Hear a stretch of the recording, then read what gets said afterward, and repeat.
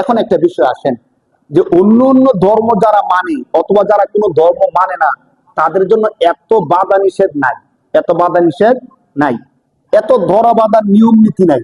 একমাত্র ইসলাম ধর্মে আসলে এত বাধা নিষেধ কেন?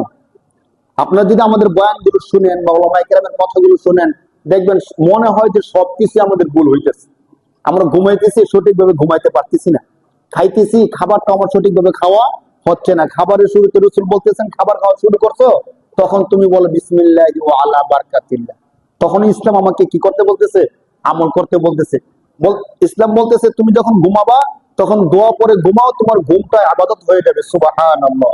যখন খাবার খাবা, আল্লাহর নাম নিয়ে খাবার খাও, এই খাবারটা তোমার কি হয়ে যাবে? ইবাদত হয়ে যাবে। তুমি কাজ করতেছো, কাজটা আল্লাহর নাম নিয়ে শুরু করো, বিসমিল্লাহ বলে শুরু করো, ওই কাজটা তোমার কি হয়ে যাবে? ইবাদত হয়ে যাবে।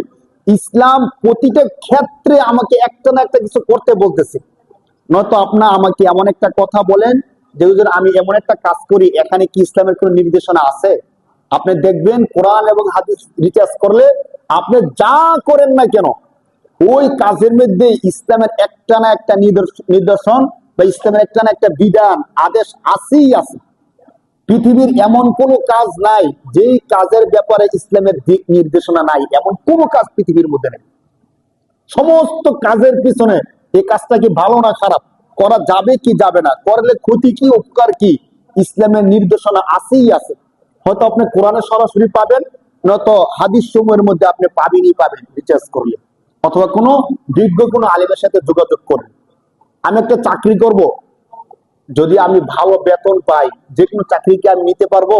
ইসলাম আমাকে বলবে চাকরি নেওয়ার শুরুতে তুমি দেখো যে সোর্সে তুমি চাকরি নিতেছো সেখানে চাকরি করা হালাল নাকি হারাম।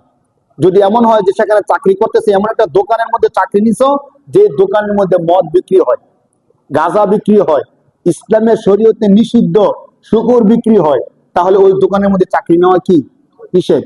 অথবা এমন একটা চাকরি তুমি নিছো যেখানে সুদের কারবার হয়, সেখানে চাকরি নেওয়া তোমার জন্য নিষেধ।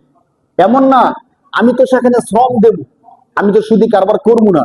মদের দোকানে চাকরি করি ঠিক, আমি তো মদ খাই না, আমি চাকরি করি আমাকে টাকা দিবে, সেখানে চাকরি করা যাবে কিনা? ইসলাম বলে যাবে না। কারণ মদ খাওয়ার ক্ষেত্রে, বিক্রি করার ক্ষেত্রে তুমি কি করতেছো? সহযোগিতা করতেছো।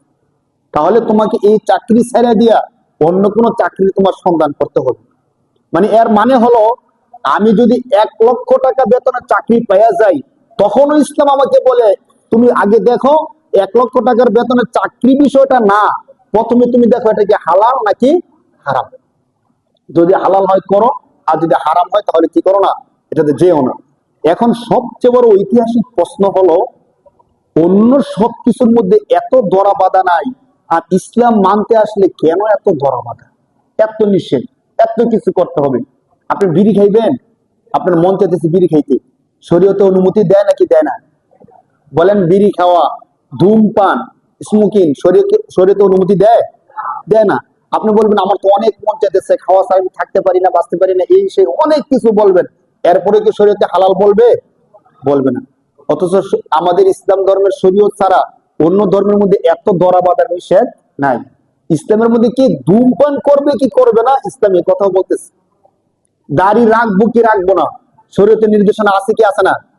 দাড়ি রাখা ওয়াজিব, দাড়ি রাখা কি? অন্য এমন আরেকটা ধর্ম দেখান যে ধর্মের মধ্যে দাড়ি রাখবো, এটা দাড়ি রাখলে সৌন্দর্য একটা ধরেন। এখন আমার সৌন্দর্যকে আমি চাই কি চাই না, এটা তো আমার ব্যক্তিগত বিষয় হওয়া উচিত, কিন্তু শরীয়ত বলতেছে না। তুমি যখন আত্মসমর্পণ করছো, তখন তুমি যা বলবা তা চলবে না, যার কাছে আত্মসমর্পণ করছো সে যা বলবে তা চলবে, ঠিক কিনা বলেন? আমি যখন বললাম যে আমি আল্লাহর কাছে আত্মসমর্পণ করছি, ইসলাম, আবার বলি শুরুর কথাগুলো, আর ইসলাম অর্থ আত্মসমর্পণ করা। ইসলাম অর্থ কি বলেন? আত্মসমর্পণ করা। আর আমি যখন বলি আমি মুসলিম, এর আরবি বাংলা অর্থ হলো মুসলিম, আত্মসমর্পণকারী। আত্মসমর্পণ, যে আত্মসমর্পণ করছে তাকে বলে মুসলিম। আত্মসমর্পণ কার কাছে করছি বলেন? আল্লাহর কাছে। কার কাছে বলেন? এখন আমি কোনো কাজ করব কি করব না, এই বিষয়টা আমাকে আমি বলবো না আল্লাহ বলবেন?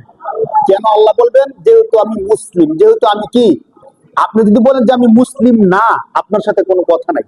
আপনি যা ইচ্ছা তা করতে পারেন, যেভাবে ইচ্ছা সেভাবে করতে পারেন, যখন ইচ্ছা তখন করতে পারেন। কিন্তু ভাই একটা কথা মনে রাখেন, আপনি যদি নিজের মুখে বলেন যে আমি মুসলিম, আমি কি, কেউ প্রশ্ন করুক অথবা না করুক, আপনি যদি বলেন যে আমি মুসলিম, তখন আপনাকে মানতে হবে কার কথা বলেন? আর আপনি যদি বলেন যে আমি মুসলিম না, মানুষের সামনে বলেন অথবা মনে মনে বলেন, সমস্যা নাই। আপনি যদি মনে মনেও বলেন যে আমি মুসলিম না, তাহলে আপনার যা ইচ্ছা তা করেন। আপনার সাথে শরীয়তের বিধানের সাথে কোনো সম্পর্ক নাই, আল্লাহর সাথে আপনার সাথে কোনো সম্পর্ক নাই।